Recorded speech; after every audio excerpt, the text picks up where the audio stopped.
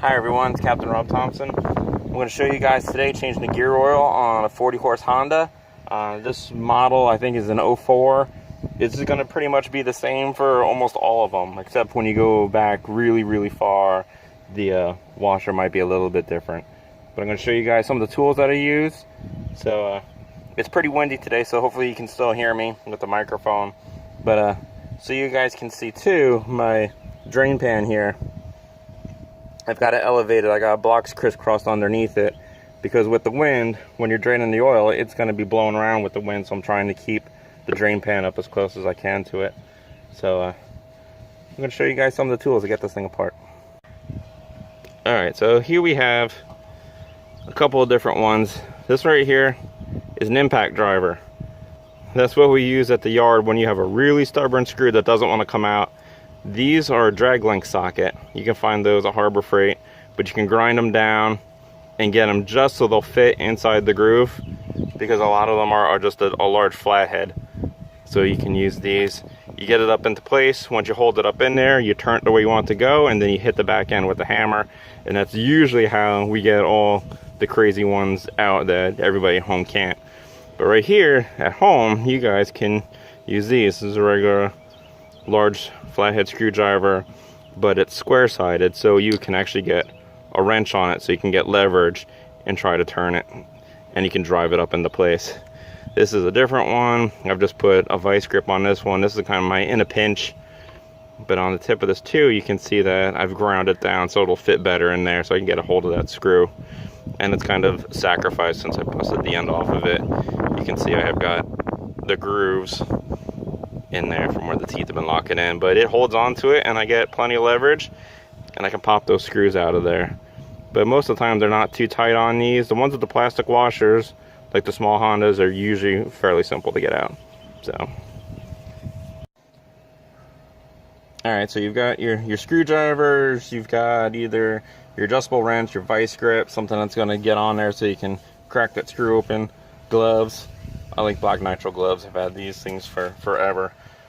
You got your drain pan here. You're also going to have your gear oil, 80W90. That's what's on the Honda.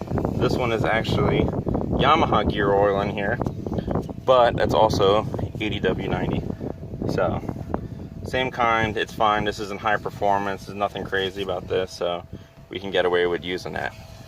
Or check your manual, make sure everything's good on there, good to go. If you go to a different outboard, start getting higher horsepowers, they need different additives, different lubricants in there. Sometimes you're getting Teflon and stuff added in, but this is a simple one, just regular 80W90. Alright, on here, when we do the screws, we're going to crack this bottom one free and we're going to crack the top one free. On here you'll see there's two holes. The back one's for a wash. There used to be another tool that you can screw on there and flush everything out and wash it. So we don't touch that one. We go to the oil one.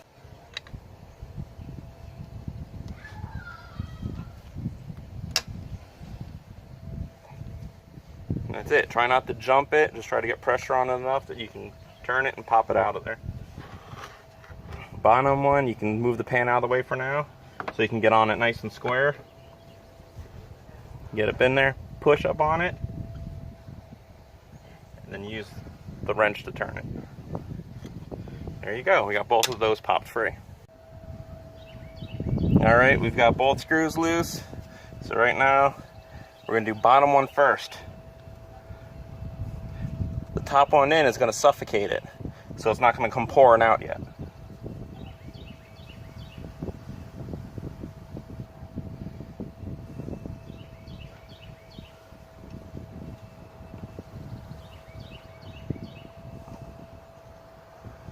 There you go. Isn't crazy? A little bit of junk on the end of it. And that's it. And this one you've got an O-ring. We'll talk more about that in a minute. Alright, oil coming out, looks pretty good.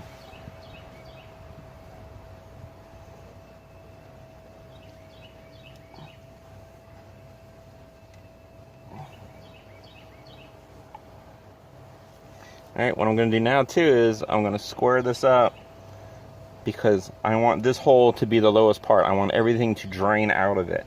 So you'll see it's kind of tipped up a little bit right now. That's okay for draining it. When you fill it, it's got to be perfectly level. It's got to be straight up and down, because you want to fill all that oil, get everything all the way up to that top hole. So filling it is a little bit different than draining it. Now that our drain pan's up high enough too, if the wind comes, we're not going to be blowing it all over us.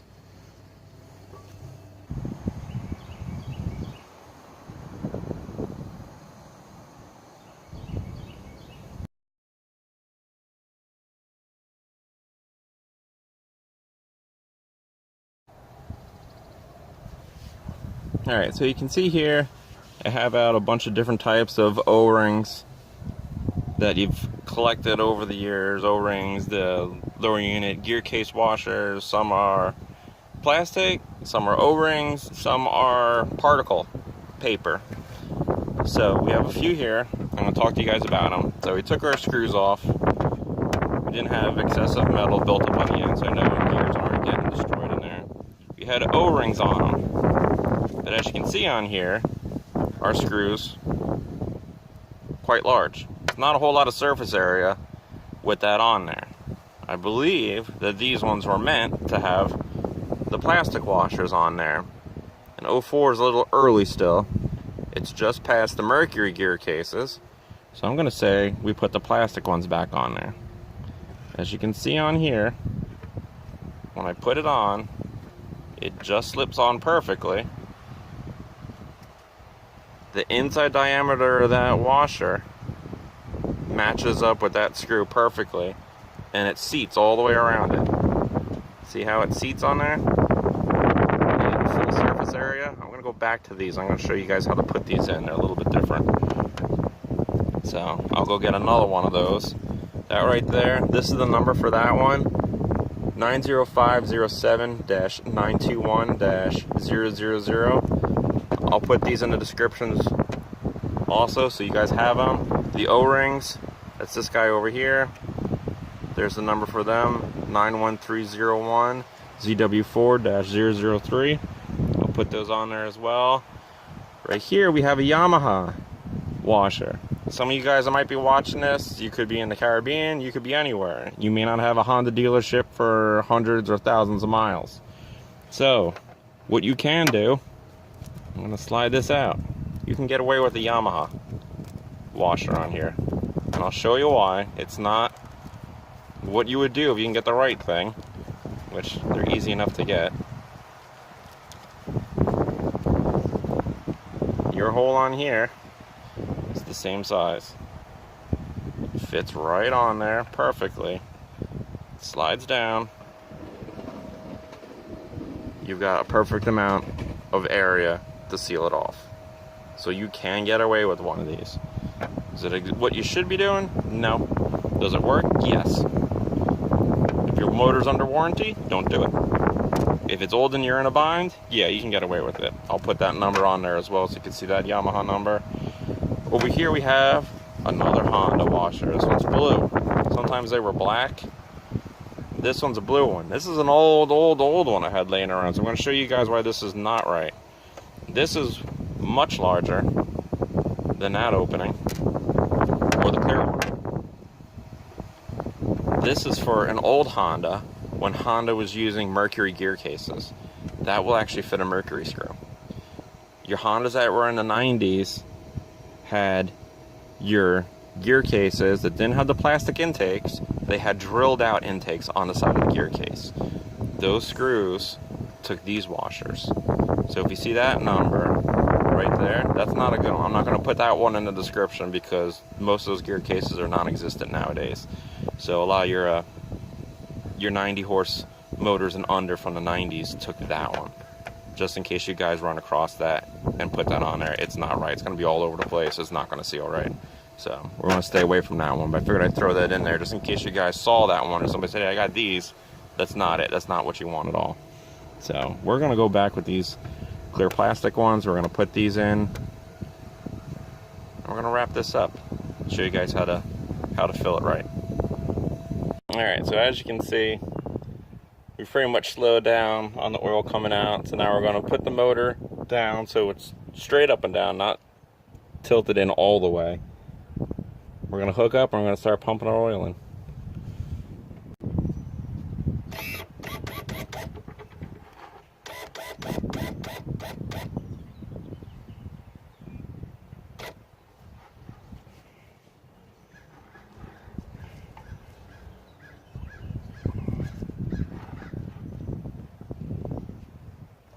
We're hooked up, we have our pump.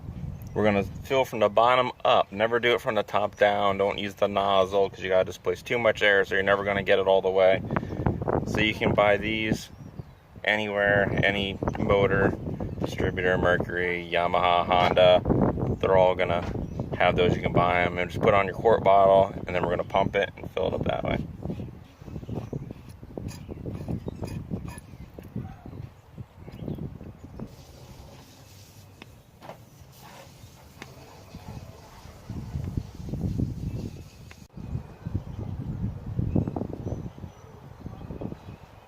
Alright, so we're pumping it, and we got it just coming out of the top.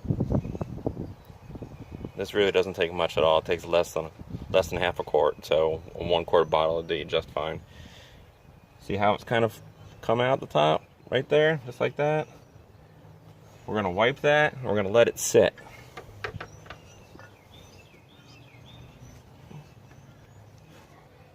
Because now, the trick is we've displaced all the air going up so that we can keep the bearing, your upper bearing on your drive shaft, saturated, completely full up around it. Even though there's a little pickup that'll try to pull the gear oil up to it, you actually want it submersed in the oil. So we're going to wait, we're going to let all the air bubbles come out, we're going to let it sit for like 3 minutes, we're going to come back, we're going to pump it another couple times, and then displace the rest of that air out, and then put our washers or screws back in with the washers on it.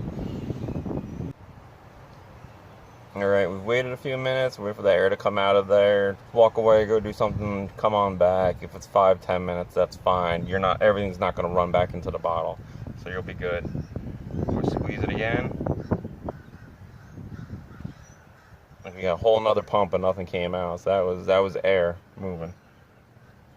Do the second one, and there we go. Somebody's home. Alright, top one goes in, no magnet on the end. Magnet goes on the bottom.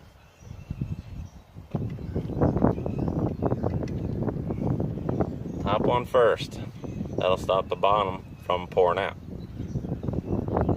It'll create a vacuum. Will it come out? Yeah, it'll come out the bottom. But not as bad as if the top screw's not in there.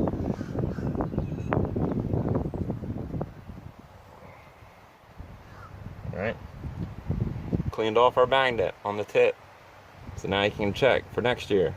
Or if you're running a lot of hours, every 100 hours or so, at least check it and make sure you got nothing in there. If you've got water, it's going to be milky. I don't have any milky stuff to show you. Maybe I'll get a picture of some milky gear oil and show you. That'll mean you're getting water in the system somewhere, whether it's past your washers or past your seals. You got seal back here, seal up here, one underneath the water pump. That one usually fails and the water gets pushed down on it and pushed in when you're running the engine. This one goes, if you get fishing line wrapped up behind this prop, if you're going fishing, you got fishing line wrapped up in it, when you get back to the dock, take the prop off and peel all that crap out of there. ASAP. Because braid will actually get through in there and cut it. Vinyl will just start to melt and push around in there. But get it out right away. If you hit something and your shaft's got a wobble to it, that one's going to go too. So, fishing line, if you hit something, it's going to be your back one.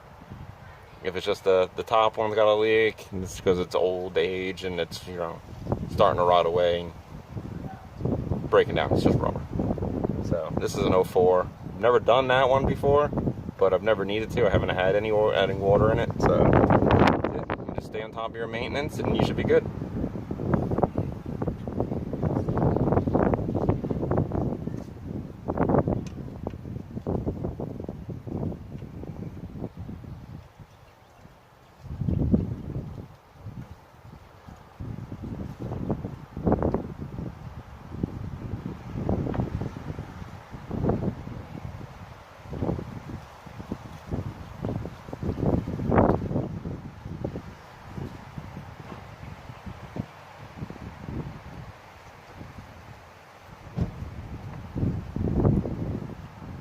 Alright, remember before I said plastic washers. You gotta be careful. Don't drive home on it and screw that thing in there so it's tight as hell, because you're just gonna push the plastic out of the way. So you run it up, make sure it touches. Right there. Now we're just gonna go slightly past it, kind of like an oil filter. Alright, snug. That's it. That's all you do. You'll see, if you can see the washer, you'll see it's just kind of cupped out around it a little bit. That's it. If you go too tight, it'll actually start to meander its way out all the way. And you don't want that. So make sure it's just snug. Top one's in there now. Just gonna go. That's it. Just snug it. Alright. Engine's level. I mean, I'll look level on here, but it's level right now. Filled from the bottom up, displaced all the air. Got all that out of the way. Everything's at a good height now. We got the right washers. We're gonna went over washers with you. I'm gonna put the part numbers in the description, so you guys can go back, look at that. I'm also going to do the 90 horse Honda. I've got it sitting right next to it, so I'm going to do that one next. So if you guys got a 90 Honda, you look that up too. So I hope that helped you guys out. If you have any questions, let me know.